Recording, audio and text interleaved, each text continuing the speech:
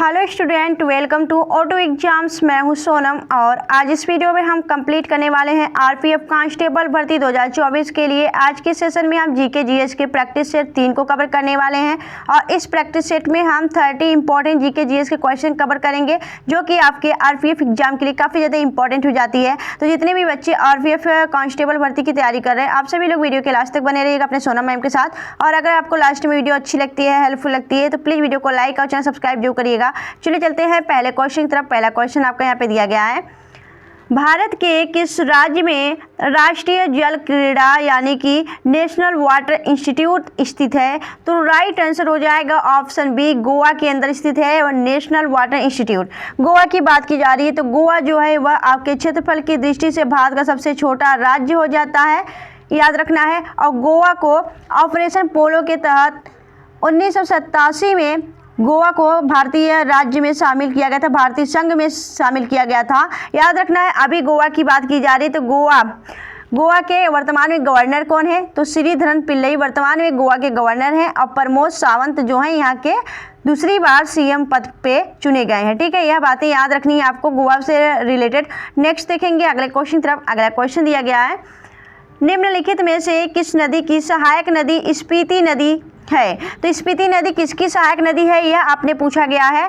तो right answer हो जाएगा यह आपके सतलुज की नदी की सहायक नदी हो जाती है स्पीति नदी, यह आपने याद रखना है। सतलुज की बात की जा रही, सतलुज का उद्गम कहाँ से होता है यह आपको पता होना चाहिए। तो यह तिब्बत के मानसरोवर झील के पास एक राक्षस ताल झील है, वहाँ से इसका उद्गम होता है। और याद रखना इसको जो पौराणिक नाम है, इसका पौराणिक या पुराना नाम भी पूछा जाता है, तो इससे सतलुज को सतुद्री कहा जाता था, यह आपने याद रखना है। नेक्स्ट देखेंगे हम अगले क्वेश्चन तरफ। अगला क्वेश्चन दिया गया है, निम्नलिखित में से कौन विज्ञान और प्रौद्योगिकी के क्षेत्र में योगदान के लिए एक पुरस्कार है? तो याद रखना है साइंस और यहाँ पे इंडस्ट्रीज। ठीक है, साइंस और इंडस्ट्रीज दोनों के क्षेत्रों में योगदान के लिए दिया जाने वाला जो पुरस्कार है वो कौन सा हो जाता है? तो राइट आंसर हो जाएगा शांति स्वरूप भटनागर पुरस्कार, option D the right answer. अगर देखा जाए तो भारत में जो शोध प्रयोगशालाओं के जनक माने जाते हैं वह एस भटनागर को माना जाता है और इन्हीं के नाम पर शांति स्वरूप भटनागर पुरस्कार की शुरुआत की गई है, जो कि इस विज्ञान और प्रौद्योगिकी क्षेत्र में दिया जाता है, यह आपको याद रखना है। ठीक है, और इसकी शुरुआत कब से की गई? इसकी शुरुआत 1958 से दिया जाने लगा यह पुरस्कार, यह आपने याद रखना है। ठीक है, चलिए नेक्स्ट देखेंगे अगले क्वेश्चन तरफ। अगला क्वेश्चन आपका दिया गया है, भारत सरकार का कौन सा अधिकारी सदस्य न होते हुए भी भारतीय संसद की कार्यवाही में भाग लेने का अधिकार रखता है? तो यहाँ पे राइट आंसर हो जाएगा आपका अटॉर्नी जनरल। अटॉर्नी जनरल जो है आपके, जो वर्तमान में कौन है अटॉर्नी जनरल? तो यहाँ पे हो जाएगा आर वेंकट रमणी, यह आपने याद रखना है। ठीक है, और आर वेंकट रमणी जो है यह अटॉर्नी जनरल है और यह भारत सरकार के एक मुख्य अधिकारी होते हैं, एक सलाहकार होते हैं, यह आपने याद रखना है। ठीक है, चलिए नेक्स्ट देखेंगे हम अगले क्वेश्चन तरफ। अगला क्वेश्चन आपका दिया गया है, आत्मकथा ए पैशन फॉर डांस किसकी आत्मकथा है? तो ए पैशन फॉर जो डांस है आत्मकथा, यह हो जाता है आपके Yamini Krishnamurthy, option D the right answer. Yamini Krishnamurthy की बात करें तो यह 2 नृत्यों से संबंध रखती हैं, एक तो कुचिपुड़ी जो आंध्र प्रदेश का शास्त्रीय नृत्य है, कुचिपुड़ी, और भरतनाट्यम जो तमिलनाडु का शास्त्रीय नृत्य है। इन दोनों शास्त्रीय नृत्यों से जुड़ी हुई हैं यामिनी कृष्णमूर्ति और यह इनकी आत्मकथा हो जाता है ए पैशन फॉर डांस। ठीक है, नेक्स्ट देखेंगे अगले क्वेश्चन तरफ। अगला क्वेश्चन आपको दिया गया है, हिम तेंदुआ को किस देश ने राष्ट्रीय प्रतीक घोषित किया है? तो राइट आंसर हो जाएगा किर्गिस्तान। किर्गिस्तान ने अपना राष्ट्रीय प्रतीक किसको घोषित किया है? तो यहाँ पे हिम तेंदुआ को, ही स्नो लिपर्ड को। ठीक है, नेक्स्ट देखेंगे अगले क्वेश्चन तरफ। अगला क्वेश्चन आपका दिया गया है, भारत में किस राज्य की सबसे लंबी तटरेखा है?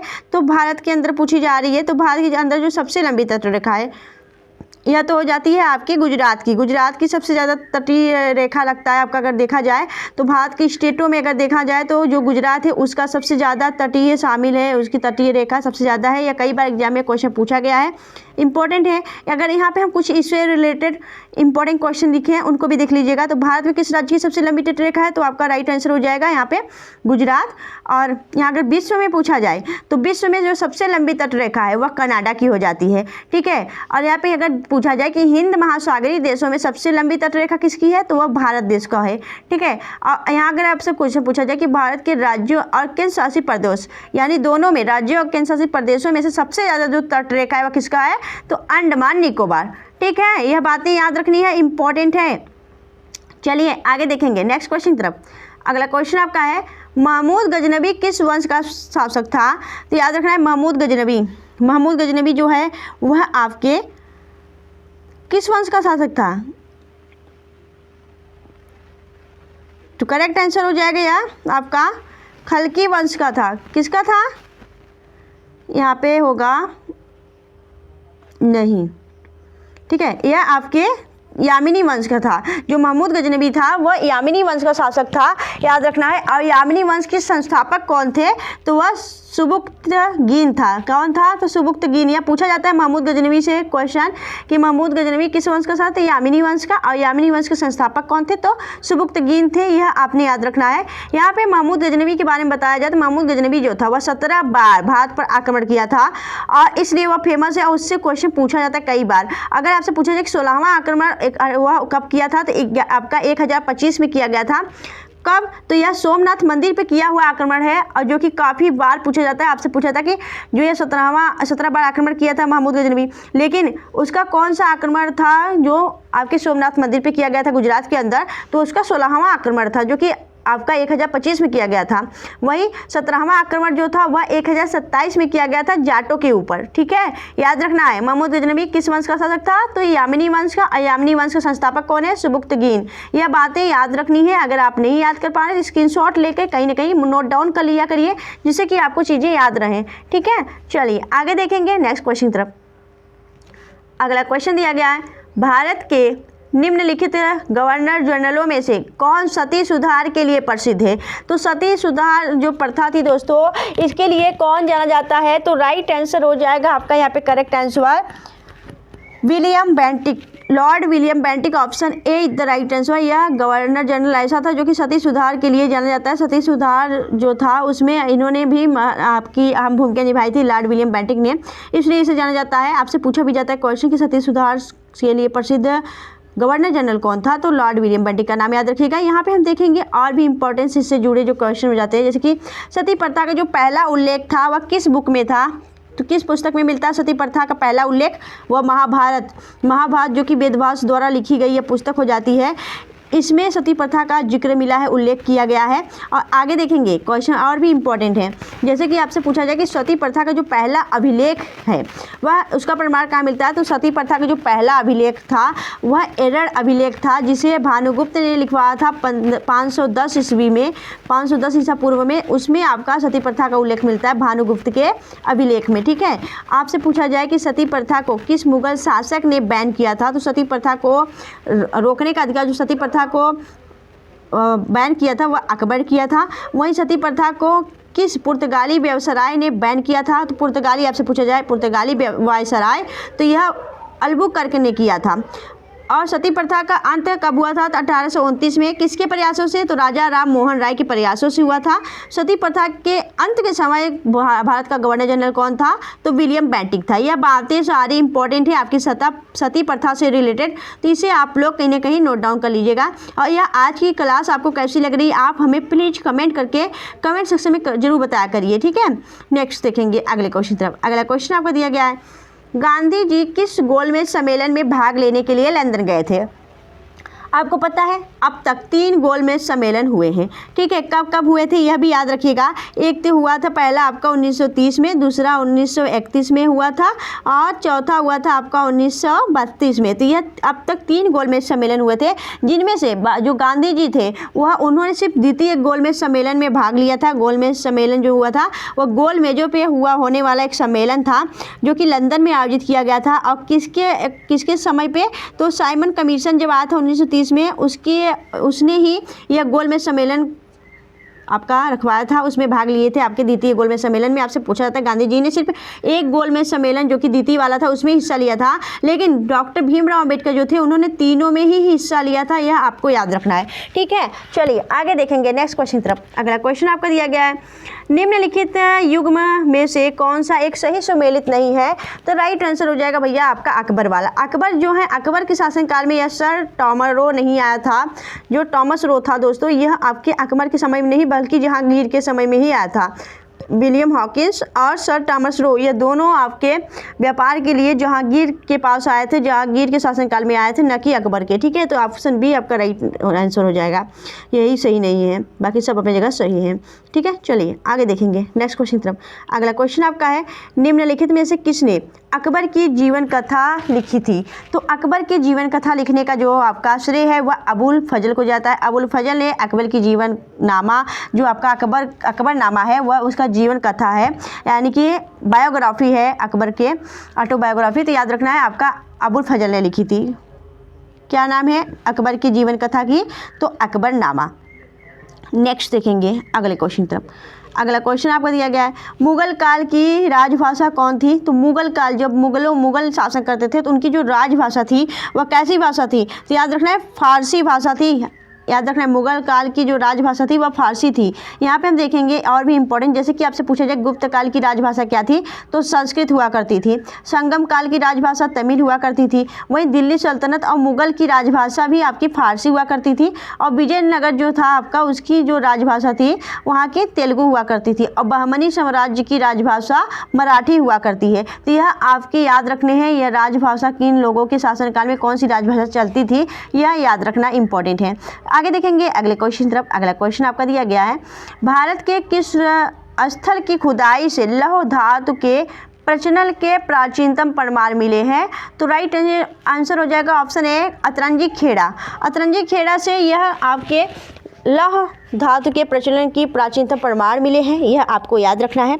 Atranji Khera is the right answer. आगे देखेंगे अगला क्वेश्चन आपका दिया गया है, पृथ्वी की सतह पर दूसरा सबसे प्रचुर तत्व कौन सा है? तो याद रखना है, पहला तो आप सभी जानते हैं कि ऑक्सीजन है, लेकिन दूसरे नंबर पे आपका सिलिकॉन आता है, यह आपको याद रखना है।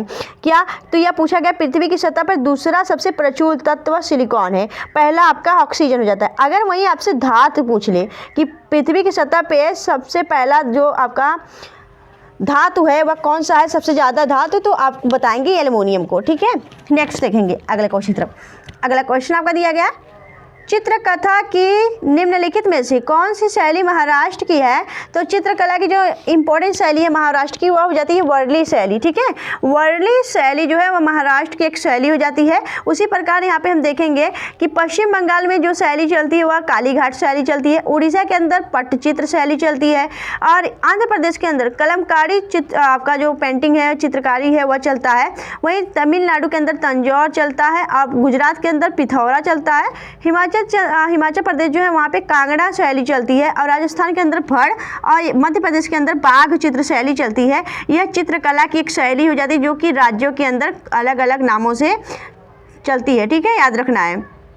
चलिए आगे देखेंगे अगला क्वेश्चन आपको यहाँ पे दिया गया है, पृथ्वी किसे आकार में छोटा ग्रह है? तो पृथ्वी से जो आकार में छोटा ग्रह है वह हो जाता है शुक्र और Mangal. Option C the right answer, Shukra और मंगल ये दोनों आपके, शुक्र मंगल बुध ये तीनों आपके पृथ्वी से सबसे छोटे आकार में होते हैं, यह आपने याद रखना है। नेक्स्ट देखेंगे अगले क्वेश्चन तरफ। अगला क्वेश्चन आपका दिया गया है, कोशिका का ऊर्जा गृह यानी पावर हाउस किसे कहते हैं? तो राइट आंसर हो जाएगा आपका माइटोकॉन्ड्रिया। माइटोकॉन्ड्रिया को पावर हाउस ऑफ सेल कहा जाता है, कोशिका का ऊर्जा गृह कहा जाता है, ठीक है। माइटोकॉन्ड्रिया में डीएनए पाया जाता है, यह आपने याद रखना है। एक तो न्यूक्लियस में डीएनए पाया जाता है, एक माइटोकॉन्ड्रिया के अंदर, ठीक है, याद रखना है। अगर यहाँ पे हमसे पूछा जाए कि कोशिका का ट्रैफिक किसे कहा जाता है, ट्रैफिक पुलिस ऑफ सेल किसे कहा जाता है, तो आप बताएंगे गोल्जी का है। वहीं आपसे पूछा जाए कि प्रोटीन फैक्ट्री किसे कहा जाता है, तो राइबोसोम को कहा जाता है प्रोटीन फैक्ट्री। कोशिका का नियंत्रक किसे कहा जाता है, तो यहाँ पे केंद्रक को कोशिका का नियंत्रक कहा जाता है। वहीं कोशिका का रसोई घर किसे कहा जाता है, तो याद रखना है यहाँ पे क्लोरोप्लास्ट को कोशिका का रसोई घर कहा जाता है। और आत्मघाती थैली यानी सुसाइड बैग ऑफ सेल किसे कहा जाता है, तो यह लाइसोसोम को कहा जाता है। यह कुछ इंपॉर्टेंट क्वेश्चन है जो कि एग्जाम में कई बार पूछे जाते हैं। तो दोस्तों प्लीज़ इसे आप लोग स्क्रीनशॉट ले लीजिएगा। और अगर आपको सच में क्लास अच्छी लग रही है, अपने सोनम मैम की मेहनत अच्छी लग रही है, तो प्लीज़ वीडियो को लाइक और चैनल सब्सक्राइब जरूर करिएगा। नेक्स्ट देखेंगे अगले क्वेश्चन तरफ। अगला क्वेश्चन आपका है, अंतर्राष्ट्रीय शांति दिवस प्रतिवर्ष कब मनाया जाता है। तो अंतर्राष्ट्रीय शांति दिवस जो प्रतिवर्ष मनाया जाता है वह 21 कब मनाया जाता है, तो 21 सितंबर आपका राइट आंसर हो जाएगा। ठीक है, 21 सितंबर, यहाँ पे option C the right answer. Next देखेंगे अगला क्वेश्चन आपका है, वैश्विक शांति सूचकांक 2024 में भारत की रैंक क्या है। तो शांति सूचकांक के अगर देखा जाए यहाँ पे तो पीस इंडेक्स में भारत की रैंक हो जाती है 116, option C the right answer. Next देखेंगे अगला क्वेश्चन आपका दिया गया है, निम्नलिखित में से कौन मेघालय पठार का भाग नहीं है। तो राइट आंसर हो जाएगा यहाँ पे पलामू जो है, पलामू तो झारखंड के अंदर पड़ता है या झारखंड का पठार है। बाकी ये सभी गारो, खासी, जयंतियाँ, ठीक है, ये सभी आपके मेघालय पठार का भाग हो जाता है। मेघालय आपका राइट आंसर हो जाएगा, यहाँ पे पलामू नहीं है। ठीक है, चलिए आगे देखेंगे अगला क्वेश्चन हो जाएगा, राष्ट्रीय ध्वज को कब अपनाया गया था। राष्ट्रीय ध्वज जो आपका तिरंगा है उसको कब भारतीय संविधान में अपनाया गया था, यह आपसे पूछा गया है। तो राइट आंसर हो जाएगा 22 जुलाई 1947 को आपका संविधान जो है वह आपके राष्ट्रीय ध्वज को अपना लिया था, option be the right answer.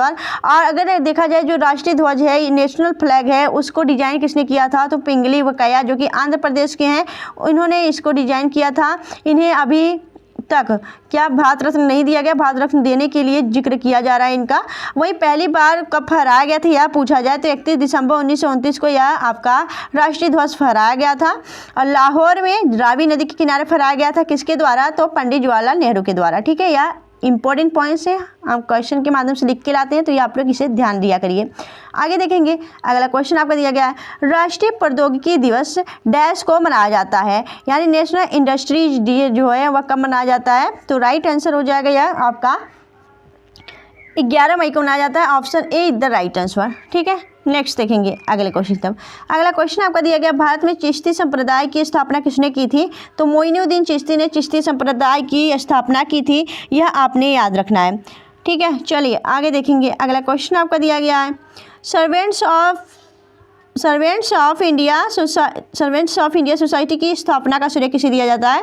तो यह जो श्रेय दिया जाता है वह गोपाल कृष्ण गोखले को दिया जाता है। गोपाल कृष्ण किसके राजनीतिक गुरु थे, तो यह महात्मा गांधी के राजनीतिक गुरु थे, यह आपने याद रखना है। नेक्स्ट देखेंगे अगला क्वेश्चन दिया गया है, वेटिंग फॉर ए वीज़ा निम्नलिखित में से किस व्यक्ति की आत्मकथा है। तो वेटिंग फॉर ए वीज़ा जो है यह आपके BR अम्बेडकर की आत्मकथा है, यानी इनकी ऑटोबायोग्राफी है, option D the right answer. Mahatma Gandhi की क्या है, महात्मा गांधी की my experiment with my truth, यह इनकी आत्मकथा हो जाती है, यह भी आप याद रखिएगा। नेक्स्ट देखेंगे अगला क्वेश्चन दिया गया है, कंदियन नृत्य डैश में प्रचलित एक सामान्य नृत्य है। तो याद रखना है कंदियन नृत्य कहाँ पे किया जाता है। तो करेक्ट आंसर हो जाएगा श्रीलंका के अंदर कंदियन नृत्य किया जाता है, option D the right answer. आगे देखेंगे अगला क्वेश्चन दिया गया, किस दिन को अंतर्राष्ट्रीय चाय दिवस के रूप में सेलिब्रेट किया जाता है। तो राइट आंसर हो जाएगा चाय दिवस। चाय के शौकीन बहुत लोग हैं, इंडिया में चाय सबसे ज़्यादा बिकती है। तो याद रखना है भैया, आप बताइएगा कि अंतर्राष्ट्रीय चाय दिवस कब मनाया जाता है। तो अंतर्राष्ट्रीय चाय दिवस आपका 21 मई को सेलिब्रेट किया जाता है, option A is the right answer. Next देखेंगे अगले क्वेश्चन की तरफ। अगला क्वेश्चन आपका है, तापी नदी का उद्गम डैश से होता है। तो तापी नदी का जो उद्गम है यह सतपुड़ा की पहाड़ी से होती है। सतपुड़ा पहाड़ी जो है यह कहाँ पे पड़ती है, मध्य प्रदेश के अंदर सतपुड़ा पहाड़ी पाई जाती है। ठीक है, यह आपने याद रखना है। नेक्स्ट देखेंगे अगले क्वेश्चन की तरफ। अगला क्वेश्चन आपका है कि टावर ऑफ विक्ट्री विजय स्तंभ डैश में स्थित है। तो टावर ऑफ विक्ट्री विजय स्तंभ जो है वह आपके राजस्थान के अंदर देखने को मिलेगा, Rajasthan, option be the right answer.